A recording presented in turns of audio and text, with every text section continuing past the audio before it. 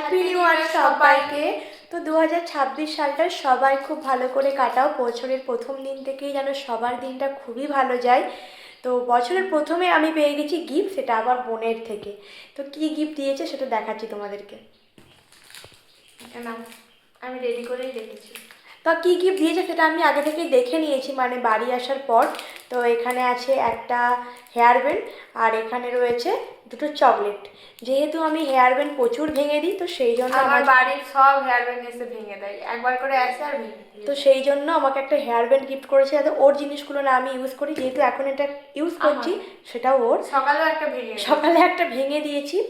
তো আর আমি যেহেতু কিটক্যাট খেতে ভালোবাসি, তো সেই জন্য আমাকে দিয়েছে একটা কিটক্যাট, আর তার সাথে রয়েছে আরেকটা ট্রফি চকলেট।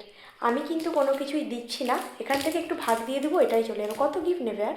কিছুদিন আগে একটা সিগারেট সান্তার গিফট পাঠিয়েছি, তো সেটাও পেয়েছে, তাই এত গিফট আর দেওয়া যাবে না।